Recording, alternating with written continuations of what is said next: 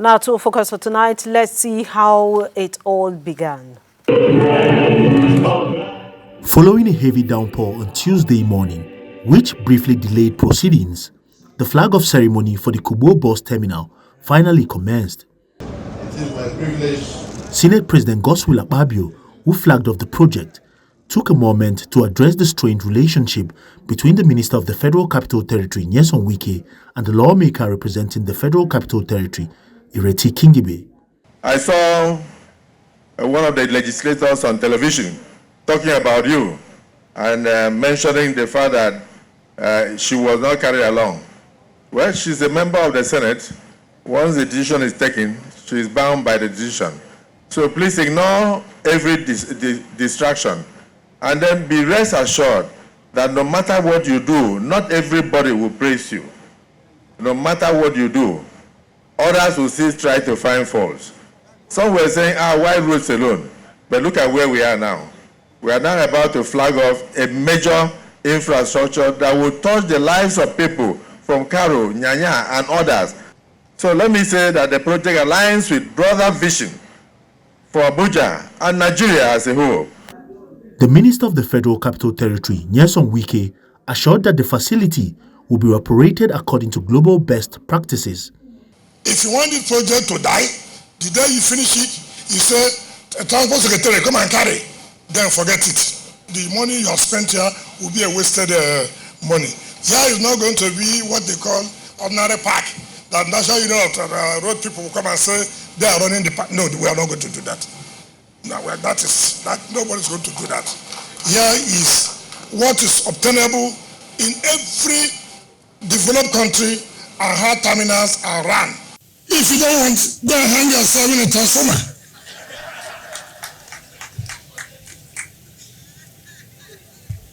Yes. If you're angry, go and hang yourself. If you have done well, we have done well. If we have not done well, we have not done well. And we are proud to say, in this short time, Mr. President appointed us, that we have done well.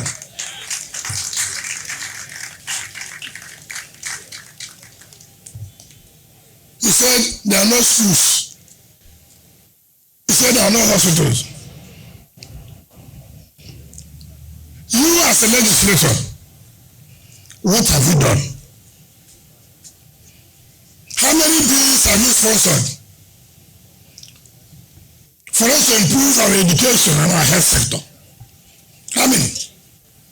I challenge that legislator, if you are very, very popular, 2027, come and run under Abuja. We will fail you. You think that what happened last time will happen again? You think so? It will not happen again.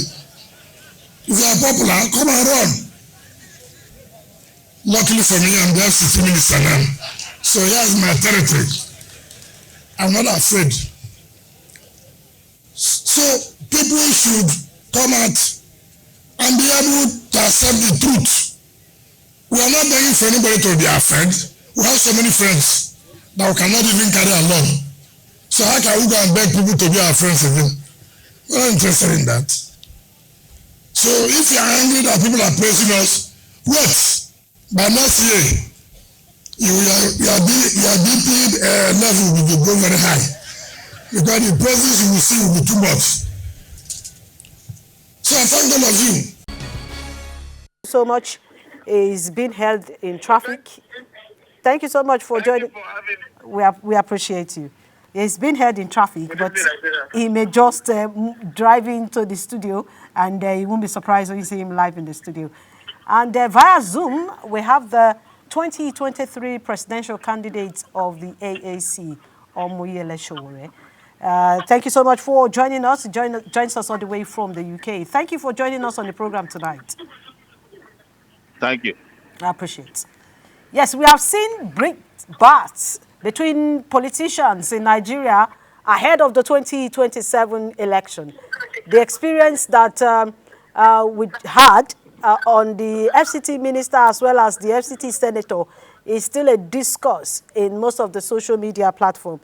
So we're looking at, is it right at this moment for politicians to start looking forward and deciding who becomes a candidate who is returning to the House on in 2024, rather than look at what will better the lots of Nigerians at this moment?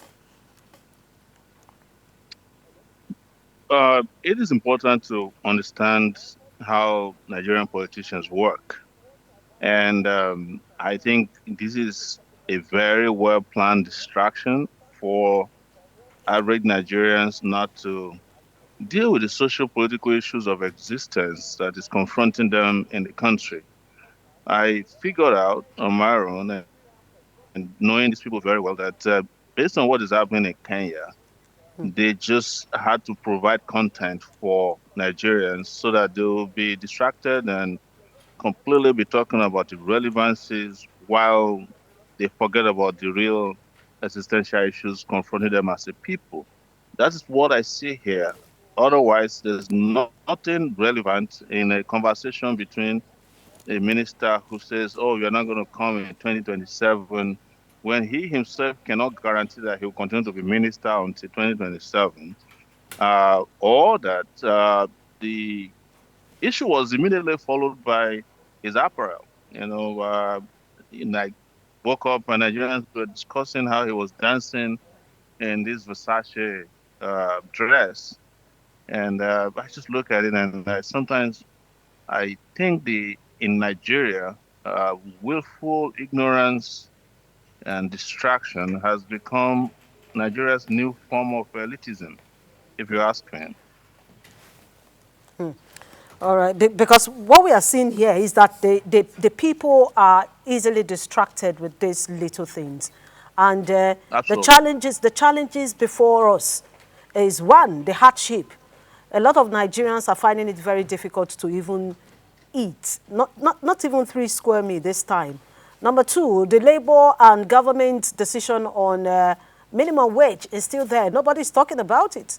So, like Yeah. you said, it seems it's a distraction because they can't be talking about 2027 at this moment, while when the government that is in power has just spent 1 year. So, Yeah. if we continue like this, what does what will it spell for us ahead of 2027?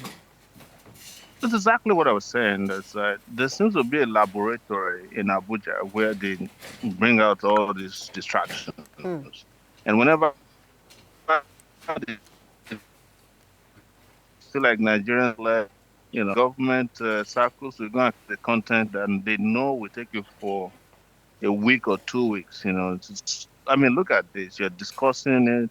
It has dominated all the social media conversation in the country. Nobody's discussing minimum wage. Nobody's discussing how people can survive.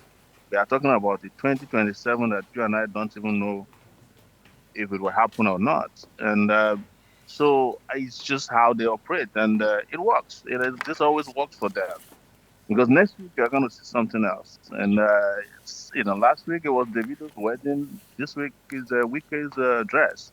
Next week, who knows? Maybe a cockroach in a wedding dress. I don't know. I just wish that Nigerians weren't this easily fooled and distracted by the political class. But I'm wrong most of the time in expecting too much. So at this time that we are faced with a lot of distraction, which you just mentioned, and nobody seems to be talking so much on how to move the country forward, we have a problem. It's a challenge. So how do we come out of this? Yeah, because if you look at it, what is the difference between Wike and the FCT minister? Yeah, Wike is doing his the drama and the FCT. The minister is doing her own, doing one of the do nothing ministers. I'm sorry, senators in the National Assembly, and it's for Nigerians to elevate conversation beyond distractions and not to allow this type of political dramas to distract them. If people were talking about serious issues, the politicians will forget to dress up before they leave their houses because they would know that they're in trouble. And this is in other climes, politicians will be running helter skelter to make amends with the people. They will be drawing. They'll go back to the drawing board. They will at least pretend to be work. Here they don't even pretend because they know Nigerians. They know Nigerians, and I hope, and I'm always hoping. This is one area where I'm a little religious about hope. That Nigerians will just snap out of this complacent attitude and get these people to know that the country is in need of governance and not rubbish, that that has become the order of conversation. If we're done with this, you're going to have all the TV stations talking about wicked dress, wicked dress. There's just a piece of 4 yard jeans that, is overpriced. But he knew why he did it because they planned and said, look, Nigerians are going to want to talk about Kenya tomorrow. They want to talk about minimum wage. They're going to talk about hunger. So let's give them a 5 second dance in a piece of jeans purchased from only God knows where. And then, boom, Nigerians are talking about it. So we have to also elevate the quality of our conversation to deal with real social political issues. And this goes to you guys in the media as well. That when they're doing this, maybe you also want to start talking about serious issues instead of just helping them to numb the Nigerian people into some, I don't know, some level of forgetfulness. All right, I'll come back to you. Let's remain with our guest in the studio. Thank you so much, Ameh, for joining us on the program. Thank you for having me. He has said it. Yeah. Distraction. That's what it is. Because nobody is talking about the real issue now. If you go to all the media, social media, conventional media, you see people talking about the same thing. And Nigerians are easily carried away with such things. So is it a tactics? But let's start from the conversation first between the FCT minister as well as the FCT senator. There's no doubt that politics is a contestation of ideas, and people, have to speak. And when you speak and what you say does not contradict the tenets of democracy, people have to contest it. Because if you don't give out the right narrative, there are a lot of other persons who are not democratically matured enough that will see it as a means of governance. Because what the Minister of FCT did was what we'll be campaigning against over the years. When you talk about name calling in politics, mudslinging, and all sorts of things, these were a very important component of our discussion and conversation that we have had in our advocacy. And in clear distinction for what the three arms of government were supposed to do. The senator was elected with over 200,000 votes and representing the Federal Capital Territory to carry out functions like lawmaking for the good governance and development of the Federal Capital Territory, and also to do oversight functions. Then, since Wike came into office, some of our complaints, which I've watched on TV, is the fact that there is no communication. This communication is not a romance communication. Communication on how to better share ideas, to better the lives of those who are residing in FCT. We're talking about this bus stop that was commissioned, that is the source of the foundation for the discussions we're having today. Have you been to General Hospital Kuwa? Have you been to General Hospital Nyanya? Have you been to General Hospital Kuje?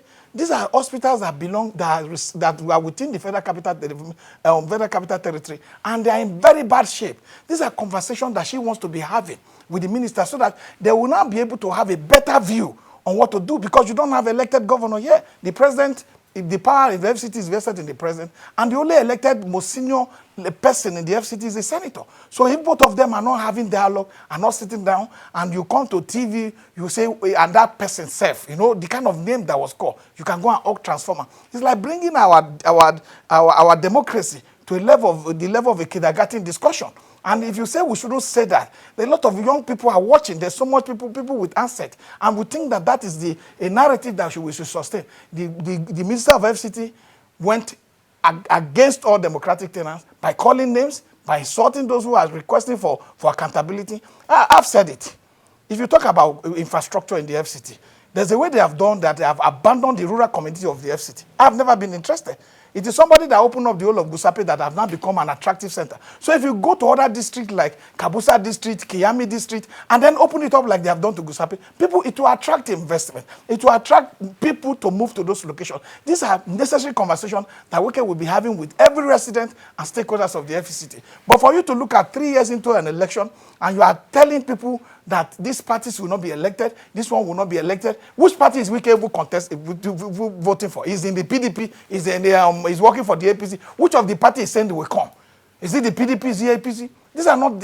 We can't continue not to say. Oh, I agree with my friend there that he has saying that yes, it has taken over space of where we should be discussing about minimum wage, should be discussing about how to look at the inflation that is eating into the pocket of the ordinary Nigerian. But if those in government, if they don't do the right thing, if they continue to work on the integrity of our democratic process that people fought for, people like Olisa Gbakuba, Ubani, and Plaque, Clement Wanko, these are people. It's the truth that were put in the great Oracle Mahmoud. You know, during their student union, they were put in prison for fighting to make sure that democracy come, and they are now here and saying that the way democracy is being practiced is not the way they envisage it. So the Minister of the Federal Capital Territory talking about election results, it is not your performance. It is the fact that the economics, socioeconomics architecture of the country is not working and putting money in the pocket of ordinary Nigerians. And those who bear that brunt more are those who are in metropolis, who work and send money home, who work and help their communities. And if their pocket is being eaten up by food inflation and headline inflation, then the problem now comes to that when election come, they'll say you have not ruled this nation well because your party will not bear a total, what they call it, backlash from whatever level of scale that will be used to measure the governance for the next 4 years. So Wike should not come to the FCT and say that this person will not be voted because the residents of the FCT are intelligent enough. They are one of the sophisticated voters in the federal entity called Nigeria that will be able to willingly decide who becomes their elected representative. And it is not the sole responsibility of one man to say. And for me, the shame comes that in the place where this bus stop was being commissioned, that venue is a bus stop. There's nowhere anybody can quote me, nowhere in the world that a minister of a cabinet, we gathered even the speaker of the Federal House of the Republic to commission. The cost of commissioning that bus stop alone is enough to rehabilitate some of the health centers in the FCT. The jamboree that you saw there. So anybody who say we shouldn't be angry, it's our money. These are taxpayers' money. This is money that belongs to Nigerians, which must ask for accountability. We must seek that people must act in the interest of Nigeria. We must see that people must be responsible and responsive to how resources of these countries are managed. Because if you use that kind of pomp and pageantry and gather people at that level with all the printed things you printed, with I'm sorry to the media, with 4 media stations covering it live, that will not be less than a certain amount. You are talking that you have spent over $100 million for commissioning bus stop. So how much is the cost of the bus stop? You see Nigerian public officials come to talk about flagging off of bus stop, and in that speech, there was no statement how much that bus stop will cost. So these are the shadow that is covering our governance and accountability process that every Nigerian must start to ask questions. Because if our own time is going, if we met people whose time have gone, the young Gen Z should know that their time will come and go. So it becomes on them to say, look, enough is enough. People in government knows that they are beholden to the people. We are not responsible to them. We can't be giving accounting to them. I want to take you back to the issue of time. You have said, yes, those that they know that their time has gone, your time is going, and the Gen Z should remember that their time is also near. But in this country, people who are foundation Nigerian politicians, they're still in power. Okay, so whose time are they spending? They're still in power. Yes, foundation politicians since Nigeria got its independence in 1960. We still see a lot of them coming out to say, yes, I'm running for election.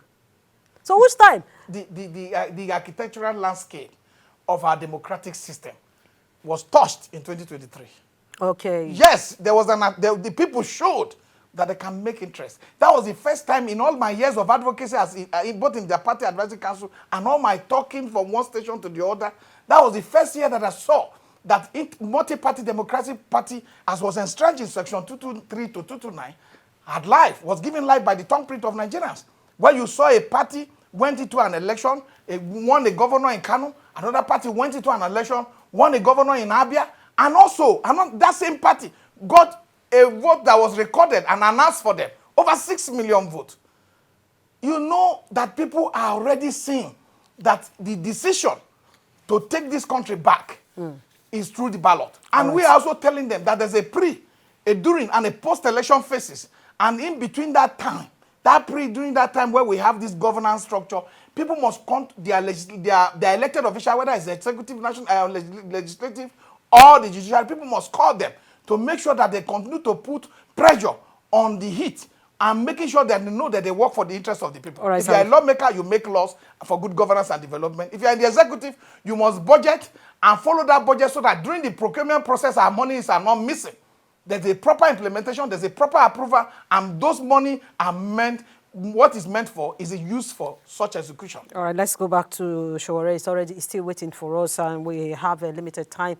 You see, we're still looking at the possibility of having a comfortable nation for everyone.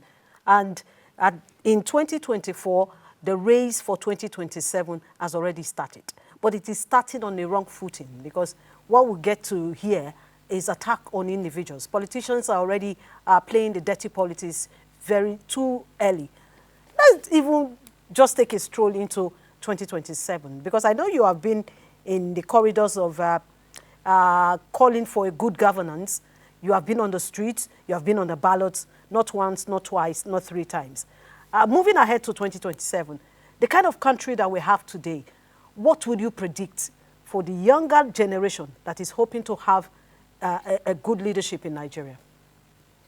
Well, let me say a few things before I delve into that, and just to quickly address my friend's position that the quality of conversation and conversations in any country cannot be beyond the characters, and their character.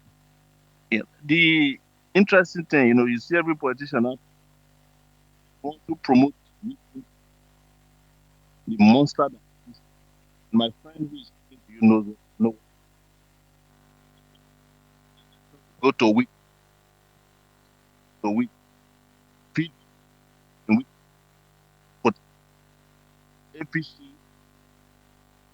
They also made Wike into the monster that he is today. So there's no country of Wike become national figures. I will not suffer the kind of low quality, low intellectual, low capacity or situation you have today. Don't let anybody be sugarcoating one way. Good government both ways. Wow. You are I think your audio is not coming out clear. I think it's a bandwidth challenge. And expect a high quality political system. It's not possible. That is the point I'm making. Okay. So we can sit down here and say, well, the next generation needs to be there. They're not going to allow the next generation because they have already caged the next generation. And what is the next generation's agenda? It's to become their personal assistant, spokesperson, special power. You must also recognize that the next generation has also been by way of its own complicity. So, except we are mentally and face the reality, we are all going to be talking heads here all the time. And that's what is sad about coming back and forth and not addressing the fundamental issues of the leadership in the country. Until that is addressed, like they are doing in Kenya now, you are not going to have the kind of quality that you need. And the country might be referring to it. All right. I have also told you in that last election, all of you were trooping to Port Harcourt to go and collect money and accolade and support. In Wike's all of you. All right. So that's how today Wike became the first person in Nigeria that belongs to 3 political parties or more. All right. Thank you so much for joining us on the program tonight. And today we're having a breached version of our program. So we'll just, in a short while, be ending the conversation. Thank you. I appreciate you for always respecting and also honoring our invitation. We appreciate. Yes, Chief, our time is already gone. 10 seconds, we are going. I think the president should call Wike to order. And the National Assembly, the opposition and National Assembly should know they have more to benefit. Because if they allow the ruling government to weaken them before the 2027 election, they will be the one at a loss. So they must come together, put their interests together, and try to stand against the oppressive regime that is...